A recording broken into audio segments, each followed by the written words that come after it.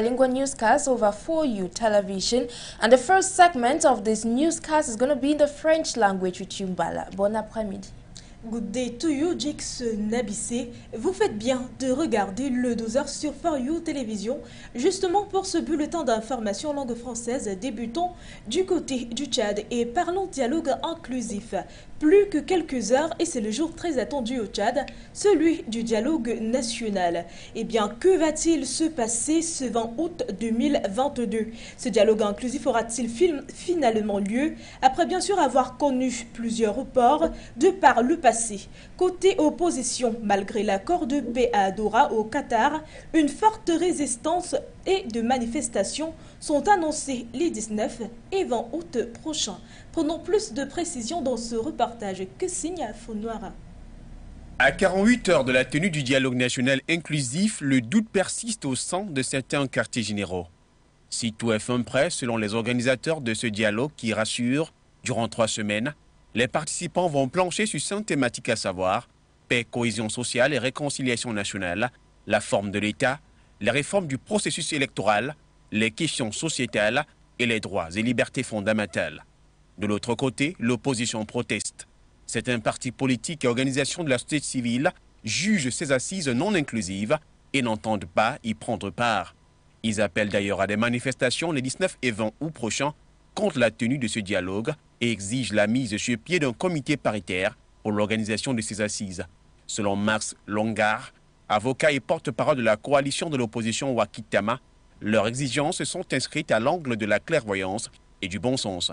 C'est sauf un régime illégitime et illégal qui ne veut pas de la vérité et de la transparence qui sont des critères phares et cardinaux de gouvernance. Par conséquent, l'opposition ne croit pas à l'issue de ce dialogue et c'est pourquoi ils seront dans la rue et sont prêts à mourir à l'exemple des victimes du 27 avril pour que les gens ouvrent les yeux et regardent que ce qui se passe au Tchad est inadmissible. Les opposants à la transition entendent également créer un gouvernement de salut et lancer une campagne de désobéissance civile jusqu'à satisfaction de leurs revendications. À 2 jours de l'ouverture. Eh bien, nous ne partons pas, nous restons toujours au Tchad. Eh bien, après 17 ans d'exil et à seulement 2 jours du dialogue national, comme annoncé, voilà, pour la paix, Timan Erdimine est donc arrivé en N'Djamena, la capitale tchadienne. C'était le jeudi 18 août 2022. Chef rebelle de premier ordre, il avait tenté de renverser l'ancien président Idriss Déby Itno et retrouve certains de ses partisans de l'UFR, l'Union des forces de la résistance favorables au cessez-le-feu. Justement, dans ce reportage, Emamoto revient pour plus de précisions.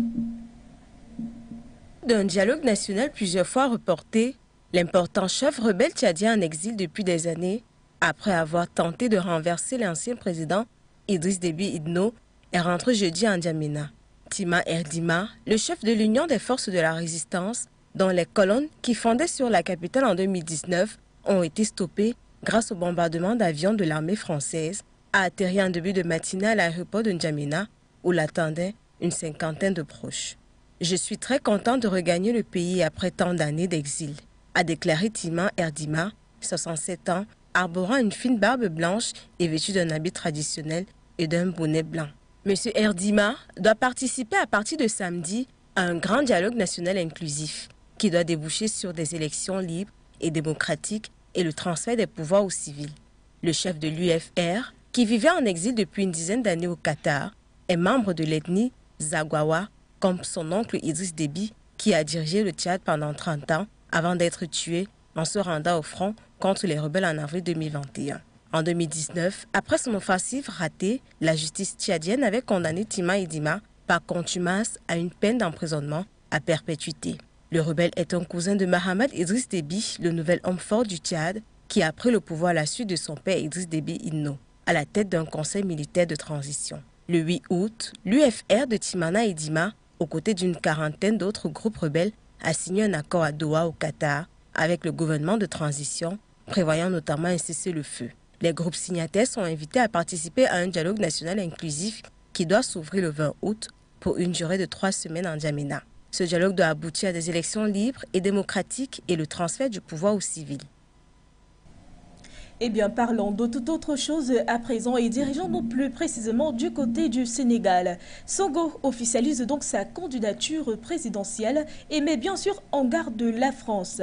Le principal opposant sénégalais Ousmane Sonko a donc officialisé le jeudi 18 août 2022 sa candidature à la présidentielle de 2024 et a par ailleurs accusé la France de vouloir l'empêcher de se présenter. Sa candidature ne faisait de doute dans ce pays. À 49 ans, le chef du parti Pastef, élu maire en janvier, tient un discours cette fois-ci à la fois souverainiste, panafricaniste et social, rejetant ainsi toute corruption. Ses détracteurs dénoncent en lui un populisme n'hésitant pas, bien sûr, à souffler sur les braises sociales. Moi, Ousmane Sonko, s'il plaît à Dieu et si mon parti le veut, je suis candidat à l'élection présidentielle 2024. Personne n'est mieux placé que nous pour gagner, a donc déclaré Ousmane Sonko devant la presse à Dakar. S'adressant justement à la France, il poursuit, je cite, en disant « Tous les jours, leur laboratoire tourne en plein régime en fabriquant d'énormes complots. Leur objectif est de trouver un motif de condamnation pour empêcher ma candidature. » Précisons justement néanmoins que Ousmane Sonko officialise sa candidature dans la foulée des législatives du 31 juillet. Allons à présent du côté du Mali et évoquons la situation de l'ONU. Le torchon brûle encore et plus que jamais entre la France et le Mali. À quelques jours seulement après le départ des derniers groupes de Barkhane du Mali, le chef de la diplomatie malienne, Abdoulaye Diop, par voie de communiqué, demande au Conseil de sécurité de l'ONU une réunion d'urgence pour donc sommer la France de cesser toute violation du territoire malien et bien sûr de soutenir militairement les terrorismes. Prenons plus de précisions dans ce reportage. Accusant la France d'actes d'agression, le Mali dit qu'il se réserve le droit de faire usage de la légitime défense si les agissements français persistent. Le Mali a demandé au Conseil de sécurité de l'ONU une réunion d'urgence pour faire cesser ce qu'il présente comme les actes d'agression de la France sous forme de violation de sa souveraineté, de soutien apporté aux groupes djihadistes et même d'espionnage. Le ministre malien des Affaires étrangères a diffusé le mercredi 17 août 2022 auprès des journalistes une lettre en ce sens adressée par le chef de la diplomatie, Abdoulaye Diop, à la présidence en exercice du Conseil de sécurité tenu par la Chine. Le Mali se réserve le droit de faire usage de la légitime défense si les agissements français persistent, conformément à la Charte des Nations Unies, affirme le ministre.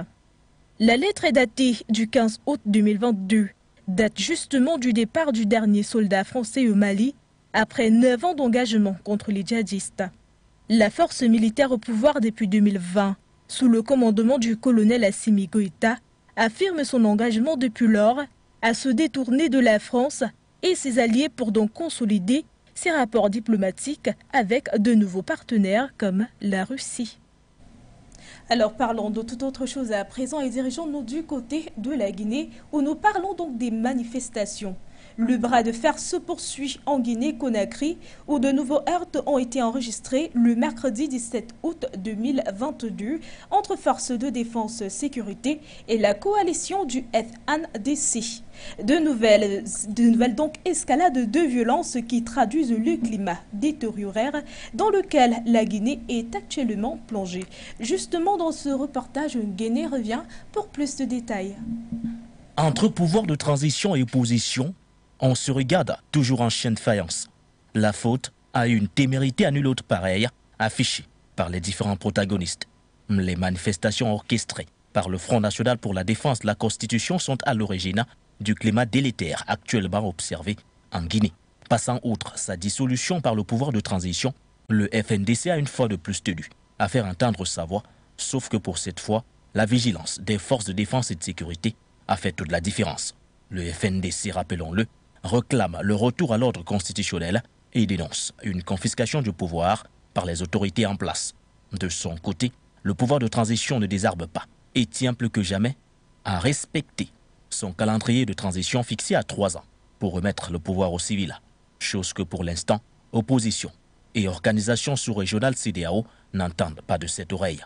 Un climat politique tendu, marqué par ailleurs par l'arrestation de Omar Silla et Ibrahima Diallo, deux leaders du FNDC détenus depuis fin juillet 2022. Face à ces nouvelles crispations, la CEDEAO compte bien jouer ses cartes à fond et trouver une solution rapide qui satisfasse toutes les parties avec la visite du médiateur Thomas Boni Yahi annoncée en Guinée le 21 août 2022. Et puis donc, c'est tout pour l'Afrique et de l'autre côté du monde à présent, des excès de violence ne font que s'agrandir. Un Palestinien qui avait donc été blessé au matin du 19 août 2022 par des tirs à balles réelles des forces israéliennes dans le nord de la Cisjordanie occupée a succombé à ses blessures, a donc annoncé le ministre palestinien de la Santé. Salah Sawafta, 58 ans, blessé grièvement à la tête par des balles réelles tirées par les forces israéliennes, est mort à Toubas, a indiqué le ministère dans un communiqué. Alors rappelons que l'armée israélienne avait auparavant indiqué avoir mené une opération et ouvert par ailleurs le feu dans cette ville de Cisjordanie occupée. Et puis sortons par là du côté de la Russie bien sûr et de la Chine également. Le président russe Vladimir Poutine et son homologue chinois Xi Jinping assisteront à un sommet du G20 en novembre, a donc affirmé Sogo Widodo, le dirigeant de d'Indonésie qui par ailleurs préside actuellement ce forum des grandes économies mondiales dans un interview à Bloomberg publié le vendredi 19 août 2022. La présence des deux chefs d'État lors du sommaire coïnciderait justement avec celle du président américain Joe Biden, alors que les relations de Washington avec Moscou et Pékin sont au plus bas en raison de la guerre en Ukraine et également des tensions autour de Taïwan. C'est tout pour cette édition en langue française. Nous poursuivons en langue anglaise avec vous, Jix Nabissé. Good day to you. Bon après-midi, une fois de plus, Bala. Good day once more, ladies and gentlemen. We kick off the second segment of this midday bilingual newscast in the Central African country of Chad, where a prominent Chadian leader who has been in exile for 17 years after trying to overthrow former leader Idriss Déby Itno returned to Jamena on Thursday, 2 days before a national dialogue between the civilian armed opposition leaders as well as the ruling military government. Timan Edimi, the leader of the Union of Resistance Forces, whose columns were stopped due to the bombing of planes of the French army, landed at the airport of Jamena. Mr. Edimi is due to take part from Saturday in the major inclusive national dialogue, which should lead to free and democratic elections and transfer of power to civilians. We still stay in Chad, where less than 24 hours to the inclusive national dialogue, which would pave a way for free and democratic elections and the handing over of power to civilians. The talks are expected to kick off tomorrow, Saturday, August 20, in the Chadian capital of Jamena. What are the stakes ahead of tomorrow's talks? Find out in this following report. After several postponements, we are less than 24 hours to the inclusive national dialogue, which would pave a way for free and democratic elections and the handing over of power to civilians. The dialogue is scheduled to kick off Saturday, August 20, in the Chadian capital of Jamena. Amid intense preparations for this big come-together, one of Chad's prominent rebel leaders, Timan Edimi, who was exiled 17 years ago, has returned to the country ahead of the national talks. 67-year-old Edimi, head of the Union of Resistance Forces, had left the Central African country in 2005 and had been living in exile in Qatar for over a decade. Also, his armed group had attempted to overthrow his uncle, Chad's former president Idriss Déby, first in 2008 and again in 2019. In April 2021, President Idriss Déby Itno, who had been in power for more than 30 years and had just been re-elected for a 6th term, was killed on his way to the front line against rebel groups. His descendant, General Mahamad Idriss Déby, commander of the feared Presidential Guard, was appointed to head a transitional military council along with 15 generals loyal to his late father. When the general ascended to power, the constitution was abrogated and parliament dissolved, with he appointing members of the government and a transitional parliament promising a new permanent institution as well as free and democratic elections at the end of an 18-month transition, which is supposed to end in October. The landlocked nation on several occasions have been pressured by the international community, spearheaded by France and the African Union, calling on the authorities to respect the schedule. Chadians will head to the polls after two deadlines. First, the transitional government met with rebel groups on August 8 in Doha, Qatar, following 5 months of intense talks, and signed a peace agreement with the military government, including a ceasefire, all prerequisites for national dialogue, one that would design the future of Chad. Exactly, that would design the future of Chad. We now kick off to talk security and trade.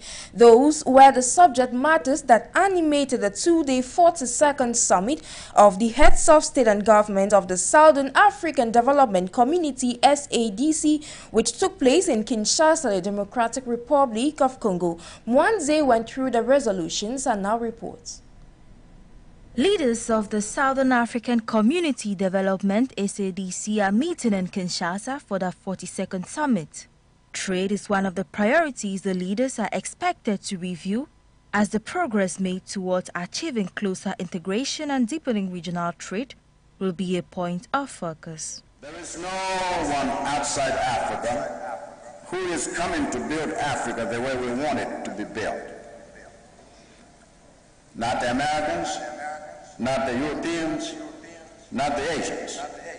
They must give us a road here, or they may give us a road here and there, a stadium here or two, a few $1 million that are nothing more than pocket change to them, and that are nothing compared to the amounts they give each other as Westerners or Easterners.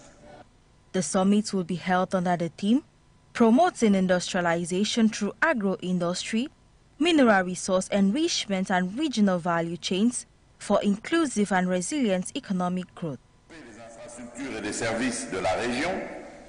I will be active in implementing programs to develop infrastructure and services in the region that are directly linked to our main strategies to stimulate economic integration and eradicate poverty in the SADC region.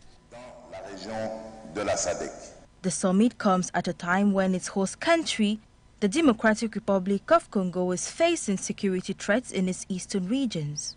Before fellow leaders, President Felix Tshisekedi denounced the cowardly and barbaric aggression against his country by Rwanda. Another member of the bloc, Mozambique, is also dealing with the military insurgency in its northern provinces. Nevertheless, a regional force known as SAMIM, alongside forces from Rwanda, has managed to win back territory from the Islamic State-linked rebels. Some SADC member states such as Malawi and Tanzania are troop contributors to the UN's Rapid Intervention Brigade under MONUSCO. At the end of the summit, Congo will take over the bloc's rotating presidency from Malawi. Thank you, Mwanze Joyogo, for that report. We now talk the Tigrayan crisis in Ethiopia, where the World Health Organization's Director General Tedros Adhanom Ghebreyesus has suggested racism as a possible cause of the lack of international attention of the plight of civilians in Ethiopia's war-shattered Tigray region. He said this during a virtual media briefing held on Wednesday, August 17, 2022. Take a listen. The World Health Organization's Director General Tedros Adhanom Ghebreyesus has proposed racism as a possible cause for the lack of international attention being paid to the plight of civilians in Ethiopia's war-shattered Tigray region. Speaking on a virtual media briefing on Wednesday, August 17, he called the Tigrayan conflict the worst humanitarian crisis in the world, with 6 million people unable to access basic services, thereby questioning why the situation is not given the same attention as the Ukraine conflict. As 6 million people are sealed off, nowhere, from basic services, from their own money, from telecom, from food, from medicine. Maybe the reason is the color of the skin of the people, Tedros, who hails from Tigray, stated, I can tell you that the humanitarian crisis in Tigray is more than Ukraine, without any exaggeration. And I said it many months ago, maybe the reason is the color of the skin of the people in Tigray. Earlier this year, at a briefing, the health organization's boss had questioned whether black and white lives in emergencies worldwide are given equal attention. WHO Emergencies Director Mike Ryan has equally voiced out his concerns regarding the apparent shortage of concern about the drought and famine unfolding in the Horn of Africa and the ensuing health crisis.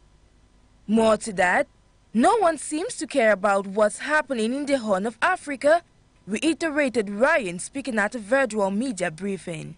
Amidst the deepening crisis, the WHO has called for $123.7 billion to tackle the health problems resulting from grain malnutrition in the region, where around 2 million people live and millions are struggling to survive. From one topic of discussion to the next, we now talk international relations, where Emirates Airline has announced plans to suspend all flights to Nigeria from September 1st, 2022. According to the Dubai-based airline, the West African country has failed to repatriate millions of dollars of its fund.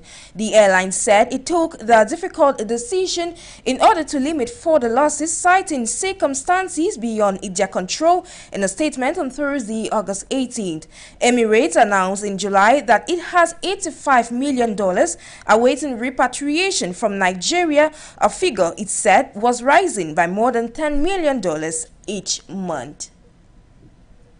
We now wrap up with Cameroon, where the National Sports Facility and Equipment Board has been created following a presidential decree signed by the President of the Republic, President Paul Biya.